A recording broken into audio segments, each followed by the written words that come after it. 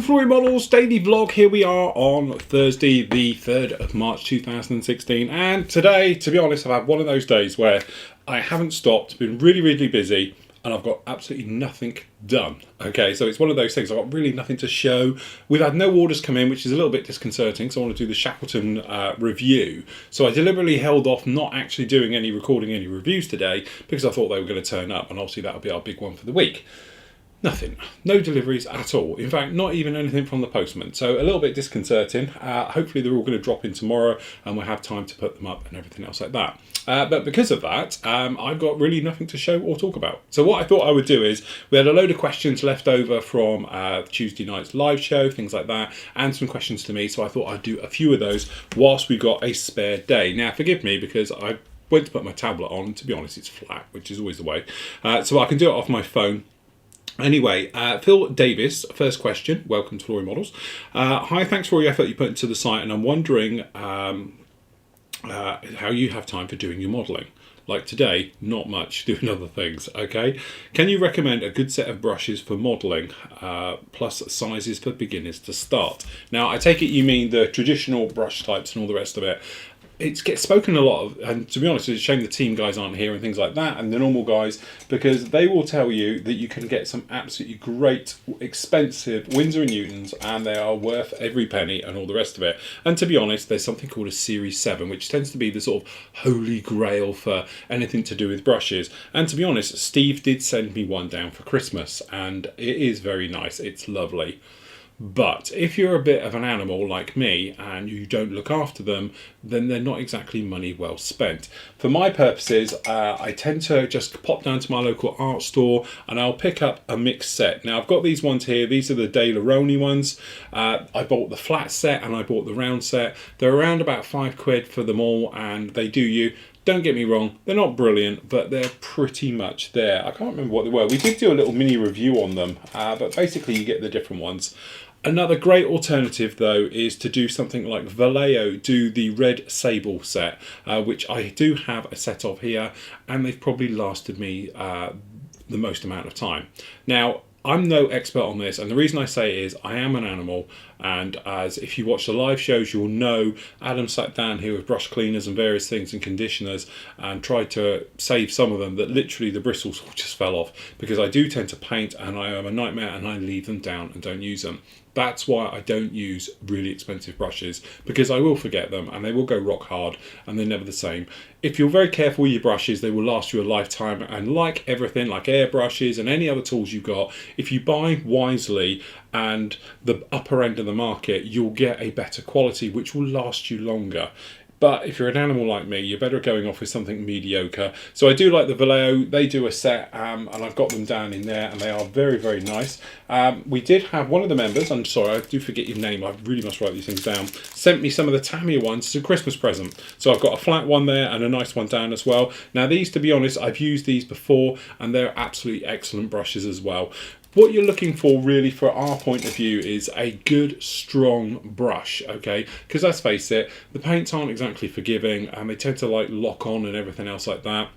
If you're like me as well, you don't perhaps use brush cleaners and things, you chuck them in thinners. So you want something that isn't going to be shedding hairs and everything else. So I would avoid the cheap end of them. And when we're talking cheap, we're talking like the Humbrol range and things like that here in the UK. I'm sure other countries have their own countries' brands of brushes. They tend to lose hairs and they're not very good. But if you go along with something like the Vallejo set, you know, and things like that. And as I say, sable is a word I tend to always think with brushes. They're good enough. You don't get the big strokes and everything else. But if you are talking hand painting entire models, I'm not the one to ask. I'm not very good at it. I don't do it, and you probably will find guys will say, oh, you need a certain specific brand of brush and things like that. All right. Okay, next up we've got Peter asks, hi Phil, just made a great job painting my Airfix Hurricane 148 scale with the new Hadron Steenbeck airbrush. The kit decals smudged the blue on the roundel, streaking across the white. So I bought some extra decals from Hannants. The wing roundels seem quite thick and have creased up. I've tried several coats of Micro Sol and X20A, but not much better. The decals were put over a gloss finish. that I've had, well, I've given up on them. The question is, what is the best way of removing them without damaging the paint?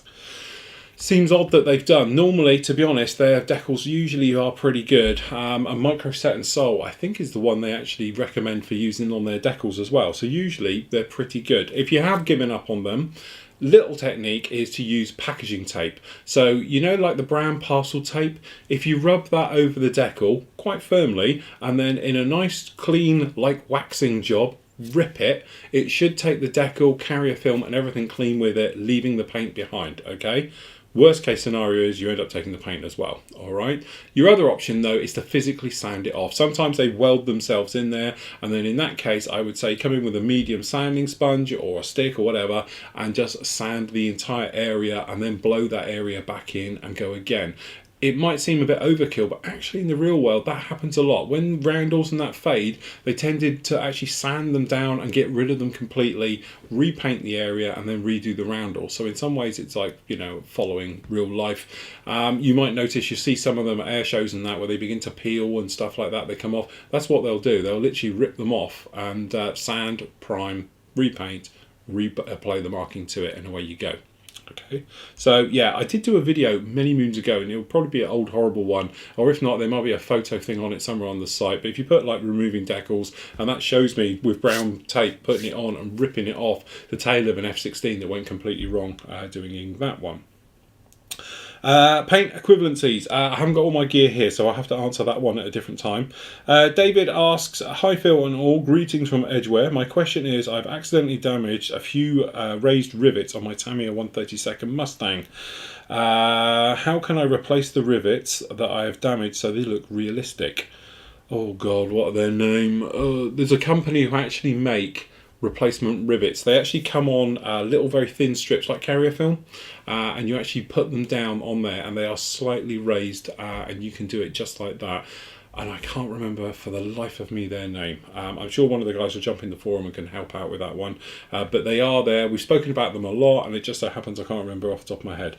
But they're great. I've used them many, many times. They're great for inside details as well, like wheel wells that would technically have raised details, but perhaps it doesn't. Or if you've got a situation like on an aircraft, back end of a Hawk, helicopters especially tend to be covered in rivets. You can use this stuff. It's very, very good, and because it's on like a carrier film, they're equal distance and in a straight line, which is obviously the really hard thing to do. Okay, so you can do it that way. Other options are, you could use a styrene, liquid styrene that's quite thick, and literally pinprick it on, and they will literally give you domes when they dry. Okay, you can do it that way, and a very thick PVA glue as well will give you exactly the same type of effect. The trouble using the PVA glue, they're quite soft and they tend to try and self-level. Can be a little bit of a problem for doing it that way, but that is definitely one. The other option is, like one of the guys did back in the day, there's actually a thing about it on the forum, is making a small hole and putting in a tiny ball bearing into each one, and then you paint over them. It's a long-winded job, but absolutely looked great. I think he did it on a Grumman Goose, was it, or something else like that, or a duck, whatever it was, and for one of the group builds. Absolutely fantastic job, very long-winded, but actually really worked very, very well. Okay. Didn't we answer that one before? Right, okay, so hi Phil, this is from Glenn. Love the site, I've been watching for many years. I must admit, I blame you for the unjustifiable stash growth by the day. Okay, 2 questions. Hairdryer use. I found it can ruin a paint by blowing dust and specks stuff of can't speak today. I found it can ruin fresh paint by blowing dust and specks onto the wet surface. Would it be better off to consider a small 150 watt infrared light like a car painter uses instead? Now, funnily enough, we mentioned this on a show, the live show last week, and everything else. The trouble with using the infrared ones, it only dries what it physically sees, so sometimes things can dry uneven. Cars are big, flat objects. If you're doing the underside of an aircraft and lumps and bumps and stuff like that, not exactly brilliant because the light doesn't actually hit everywhere with it, okay? And obviously it's literally just what it touches, the light hits, it dries it, being infrared by its nature. Blowing stuff on, to be honest, I use a hairdryer all the time, and it's only going to be sucking in what's in your atmosphere and blowing it out, okay? So from that point of view, you know, you shouldn't have too much of problems. A good hairdryer, and you know, obviously for my hair it's great, as you can tell, GHD, they actually have a small filter in the back which you can take off and clean off, and that will catch all of those little particles and bits and pieces, and it stops it going through the element and smelling like burnt dog and all the rest of it and putting it out. But to be honest, I don't have a problem with it. As I say, if your environment's dust free and all the rest of it, you should be fine. And as I say, if it's got a little screed on the back, it should catch those things. Okay, question 2. AK True Metallic Waxes. I find them quite good, as you can apply them with a small brush, and they can be buffed. Any chance you can do a review? Where have you been? Yes, we reviewed them when they came out last year, was it? Whatever. We did full thing, we did an on-test. Buster got a coat in all the different colours and everything else like that. They are great, they are lovely. 2 problems with them are, one is you get the fleck off of them. You get little tiny flakes of, which is obviously the pigment that's actually in there, goes and it flicks all over the place. Alright, so you have to be careful with that. Secondly, I have found, and I don't think we've still got it anymore, but we actually used it on an on-test on an aircraft. I think we did it on one of the live shows as well. And it looked lovely, fantastic, no problem at all. But it's now gone blue. It was like an aluminium colour, and now it's got a blue tint, which would be great if it was a heat, because that's what it looks like, but it's not, and it hasn't been in direct sunlight. It's literally been in the shadows in here, but over the last few months it slowly turned blue. So now it's that sort of metally blue colour, instead of being normal aluminium, as I think it was when we put it down. But to be honest, I have them, and they are over here. We do have them all down here. We've got the full range of colours. Oh look, and one's even oozing out. Something is coming out the end of this one, which is wax. That is the wax. For some reason that's a bit weird. As I say, I haven't used them for a while. What colours have we got? We've got steel, we've got the dark iron, we've got the gunmetal, but I've got some more of them back there as well. But yeah, have a look on the site. Remember, if you pop onto the main site and you just type in AK True Metal, things like that, it will pop up with it and you'll be able to watch the full review on it. But as I said, it has got its shortfall. It's great for doing small little bits and thinning it as well. You can just thin it with some thinners and use it like that. Okay, but we have done it on that one. Raymond says, hello Phil again. Regarding my light question last week, I can't seem to open the video on your F16 with the lighting details.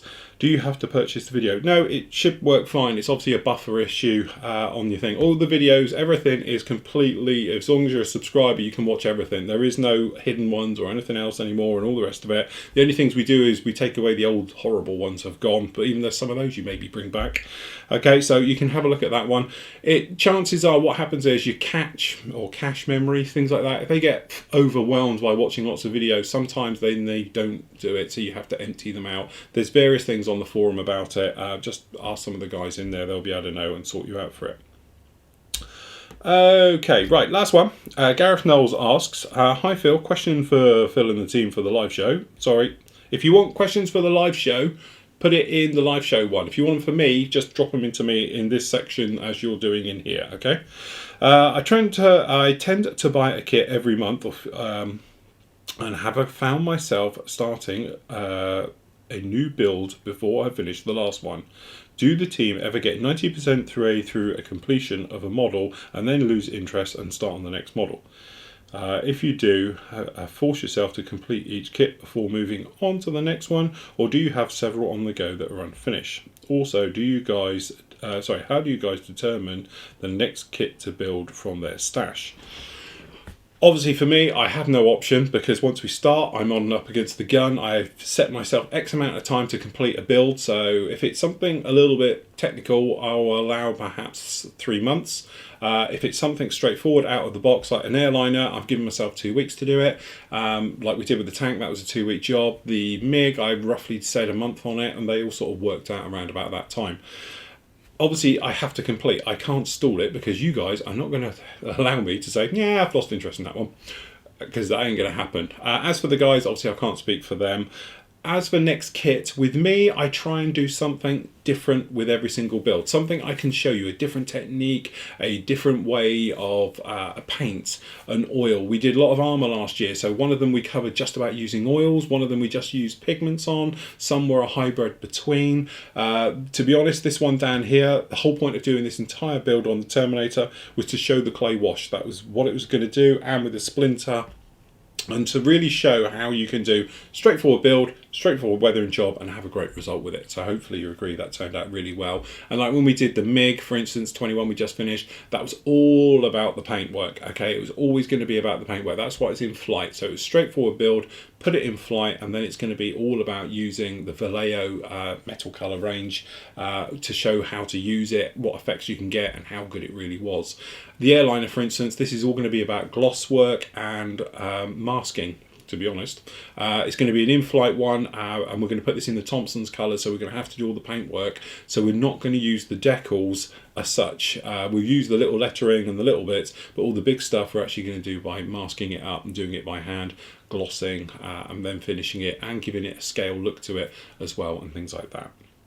So that's how I do it. Also, the thing, I'm driven by the group builds. We tend to have what group builds are going to be coming up. So like my next one after this guy is going to be the Osprey. So I'm starting on the Osprey after this one. Obviously we've got the Halifax going to be joining in, but once this one's done, it's going to be the Osprey, because that's the next group build. So I'll be doing that one. And over there I've got an F1 as well, not the Mirage. This is the Mitsubishi F1, where we're going to be doing that for the Made in Japan group build, which is next year. Okay, well, not next year, but after the summer. Okay, so it's after the current group build at the moment. So I tend to try and do something that falls in, or we can showcase a product, okay, or a technique. So if we're talking about a particular product or a technique or something else like that, we can do it. But a little bit like doing the airliner, I tend to try and think of things to make it bigger and better. So yeah, we could have built the airliner straight out of the box, but oh no, we've bought all the resin accessories and photo etch for it and all things like that to really make it a more interesting build and everything else like that. So there we go, just a few questions. That will get us halfway up to date and all the rest of it. You know, if you've got any questions, don't forget, you can ask me direct, put them in the Ask Phil, and I usually do those every Tuesday when we don't have a live show and everything else like that, and we can go through with it. So fingers crossed, tomorrow we'll have some reviews up for you. If not, we're going to have probably the first part on doing this one, if the reviews aren't in, just to keep everything flowing and you get a little bit of something every single day here on Flory Models.